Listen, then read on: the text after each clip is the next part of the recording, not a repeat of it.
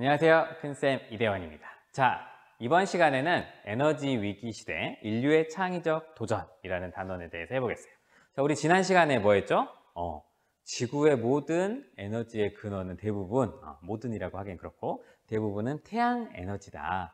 그리고 우리가 주로 사용하는 화석 연료들 또 역시 태양 에너지가 근원인데 얘네들은 앞으로 얼마나 쓸 수 있었어요? 한 100년 정도, 물론 더 짧거나 길 수 있지만 그 정도 쓰면 다 고갈이 된대. 그러면 그걸 대처하기 위한 에너지들을 개발을 해야겠잖아요. 그래서 이번 시간에 이런 에너지 위기의 시대, 인류는 어떤 창의적인 도전들을 하고 있나, 어떤 새로운 에너지를 개발하고 있나 한번 보도록 하겠습니다. 자, 우리 화석 연료가 다 고갈되기 전에 다른 것들을 써야 돼요. 그래서 굉장히 다양한 에너지를 찾아보는데 놀랍게도 우리 주변에 있는 에너지들을 사용하게 됩니다. 예를 들면 햇빛, 바다, 바람 이런 것들을 이용하는 거예요. 봅시다. 태양 에너지를 이용해서 뭐 할 수 있죠? 태양광 전지판을 이용하면 전기를 만들 수 있어요. 혹은 태양열을 저장해서 그걸로 난방을 한다든지 온수를 쓴다든지 다양한 것들을 할 수 있죠. 풍력 에너지, 바람으로 부는 거를 이렇게 풍력 발전기를 돌리면 전기가 만들어져요.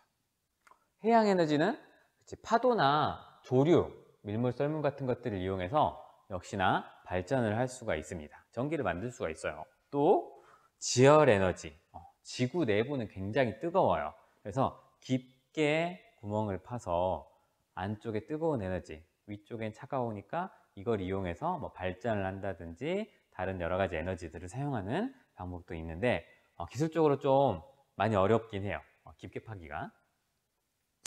자, 바이오 에너지. 바이오 하면 뭐죠? 생물하고 관련된 거지. 그래서 식물, 음식물 쓰레기, 폐식용유 같은 것들을 이용한 에너지를 만들 수 있어요. 이게 자원을 음식물 쓰레기나 폐식용유 같은 것들을 재활용한다는 의미도 있고 식물을 이용한 바이오 매스 에너지들도 많이 있어요. 예를 들면 식물에서 기름을 짜잖아. 이 기름으로 가는 자동차 이런 것들을 쓰는 거야.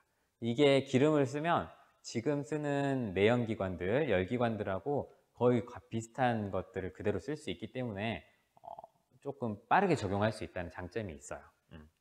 또 수소 에너지. 요즘 또 수소 에너지 쓰고 있어. 수소 자동차 있죠. 수소만 넣으면 앞으로 가는 자동차들이 있어. 수소를 연소시키거나 혹은 화학 반응을 이용해서 에너지를 얻을 수도 있다. 자, 이런 새로운 에너지들을 우리가 신재생 에너지라고 해요. 신재생 에너지라고 표현하는 것들은 어떤 특징이 있냐면 화석 연료랑 다르게 먼저 양이 한정적이지 않아. 금방 고갈되는 그런 게 아니에요. 보세요. 태양 에너지. 우리가 사는 동안 끊임없이 비춰줄 거야. 앞으로 50억 년 정도는 비춰줄 거예요. 풍력 에너지. 바람은 계속 불어요. 바다, 해양 에너지. 바다도 계속 움직여. 파도도 계속 칩니다. 지열 에너지. 지구 내부도 상당히 오랫동안 따뜻할 거예요. 바이오 에너지, 식물은 계속 자라요. 그치? 수소 에너지, 우리 주변에 수소가 굉장히 많아요. 물이 H2O잖아요. 수소가 많아. 그래서 이런 것들은 고갈되지 않는 계속되는 에너지라는 장점이 있고 또 한 가지 더 오염이 적어요. 그치? 태양 전지판 쓰면 어떤 오염 물질이 나오나요? 거의 안 나오지. 물론 다 쓰고 폐기하고 이럴 땐 폐기물이 나오겠지만 이렇게 막 이산화탄소가 나온다고는 하지 않아요. 바람도 마찬가지. 바다도, 땅도, 수소 에너지를 쓰면 보통 물이 나옵니다. 이렇게 오염 물질이 별로 없어요.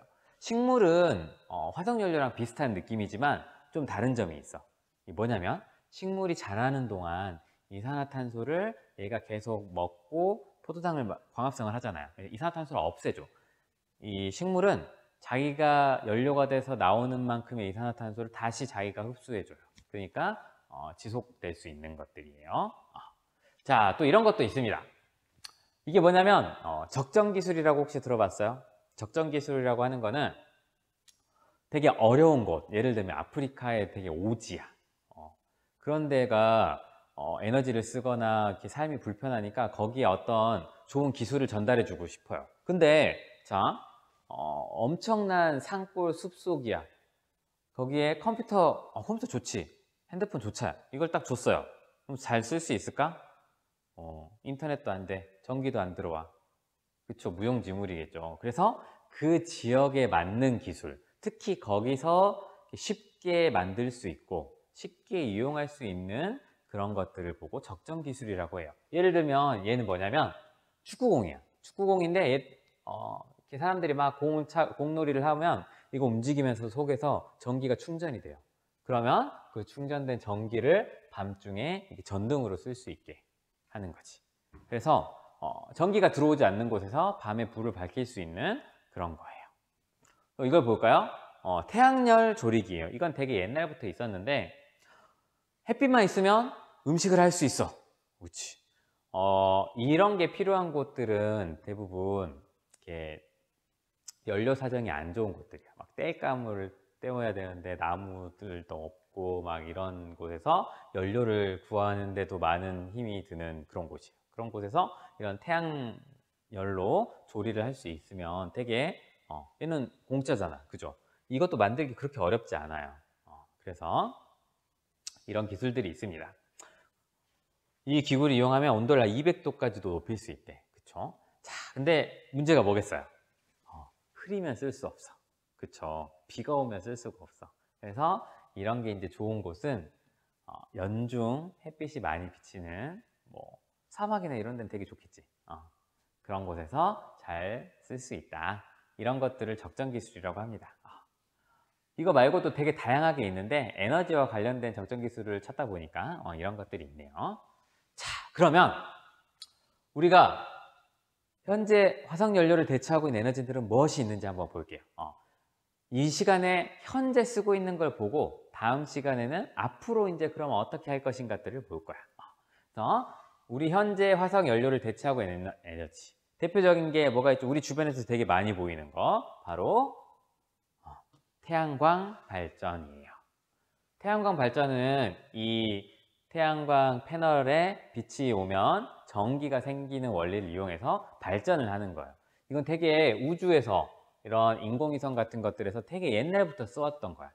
근데 이제 이런 게 정말 발전시켜야 된다, 필요하다 해서 우리 주변에도 되게 산이나 뭐 주차장 지붕, 건물 옥상, 아파트에서도 막 이렇게 가정집마다 하고 있는 데도 있고 그렇죠. 그래서 요즘 되게 많이 쓰고 있어요. 굉장히 좋아. 그치? 왜냐면 오염물질이 안 나오니까. 그치만 단점도 있어요.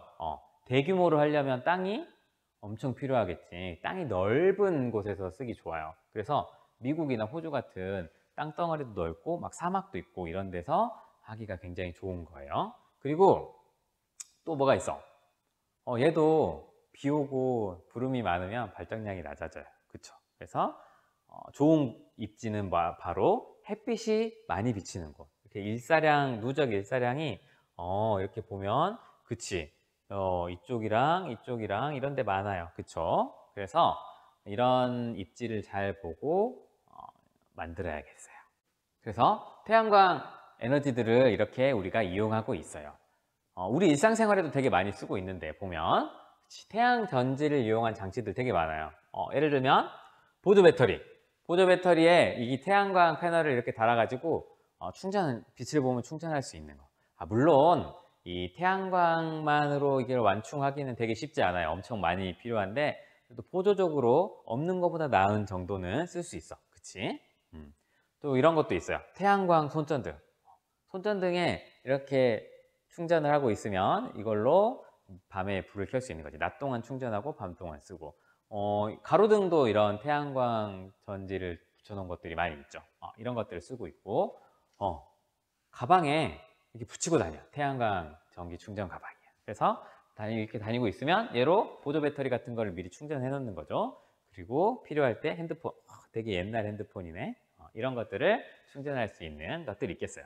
그래서 여러분들도 한번 창의적으로 생각해 봐요. 태양 전지들을 어떻게 이용해서 장치들을 만들 수 있을까 한번 생각해 봅시다. 자, 그리고 태양 전지 말고도 우리 주변에 보이는 발전기들 뭐가 있죠? 이런 게 있어요. 뭐지? 풍력 발전. 바람이 많이 부는 곳에 설치해 놓으면 이 프로펠러가 돌면서 이쪽 발전기 터빈을 돌려가지고 전기를 생산합니다. 풍력 발전기 본 적 있나요? 가까이에서? 굉장히 큰 기둥에 저 높이 엄청 큰 프로펠러가 달려 있어요. 걔네들이 돌면서 발전을 하는 거예요. 공해는 어때요? 공해 없어. 얘는 되게 바람에 의해서 돌기 때문에 뭐 이산화탄소가 배출된다거나 하는 건 없어요. 근데 풍력 발전은 좀 단점이, 물론 태양광도 단점이 있었지만 어떤 단점이 있냐면 바람이 많이 부는 곳에 일단 설치해야겠지. 바람이 많이 부는 곳은 어디일까요? 바다라든가 아니면 산 정상 이런 데겠지. 그래서 좀 설치하는데 환경 파괴도 조금 있을 수 있어요. 근데 모든 발전들이 다 그렇지. 그리고 또 뭐가 문제냐면 바람이 항상 부는 게 아니야. 그치? 어떨 땐 많이 불었다가 어떨 땐 조금 불었다가, 바람이 조금 불면 발전량이 후뚝 떨어져요. 그래서 정확한 발전량을 예측하기가 어려워. 그리고 또 한 가지, 얘네가 막 이렇게 산속, 숲속 이런 데다 막 많이 짓는다 그랬잖아요. 바닷가나. 그러면 애들이 돌면서 소리가 나. 이 난 소리가 만약에 주변에 사람이 살고 있으면 그것도 소음 공해가 될 테고, 주변에 사는 동물들한테도 영향을 미칩니다. 그래서 장점과 단점이 있어요. 자, 그리고 뭐죠? 그 양이 제한되어 있지 않으면서 공해가 적다, 이런 측면에서 이 핵발전, 원자력 발전도 들어갑니다. 근데 이제 얘는 아주 작은 양의 연료만 가지고도 엄청나게 많은 에너지를 낼 수가 있어서 경제적이에요. 그래가지고 얘는 물을 끓여가지고 증기를 발생시키면 터빈을 돌려서 발전을 시킵니다. 그래서 어떤 배출 가스가 나오느냐, 이런 측면에서 보면 되게 친환경적이에요. 근데 문제는 이것도 역시 단점이 있죠. 사고가 나면 큰일 나요. 후쿠시마에 원전 사고도 있었고 체르노빌도 있었고, 이런 사고가 나면 이 방사능이라고 하는 것들은 굉장히 통제하기도 어렵고 사람에게 큰 피해를 끼치기 때문에 그런 문제가 있고, 또 핵폐기물이라는 게 있죠. 쓰고 남은 연료라든가 아니면 그 방사능이 노출되는 곳에서 사용한 작업자의 뭐 옷이나 막 장갑, 도구, 이런 것들도 다 핵폐기물이에요. 그래서 그런 것들을 처리하는데 상당히 좀 어려움이 따른다. 우리나라는 땅이 좁아서 그 폐기물 처리가 더 어려워요. 걔네들을 쌓아놔야 되거든. 그래서 다양한 에너지들이 있고 다양한 것들에 대한 장단점들을 한번 알아봤어요. 자, 우리 다음 시간에는 이것들 말고 또 어떤 신재생 에너지들을 미래에 이제 더 많이 쓸 건가? 물론 지금 연구하고 있어요. 그런 것들, 미래에 쓰일 기술들을 한번 알아보도록 하겠습니다. 그래서 여러분들 오늘 뭘 달아줄 거냐면, 자, 신재생 에너지란 무엇일까요? 답을 한번 찾아서 달아주면 되겠습니다. 수고하셨습니다.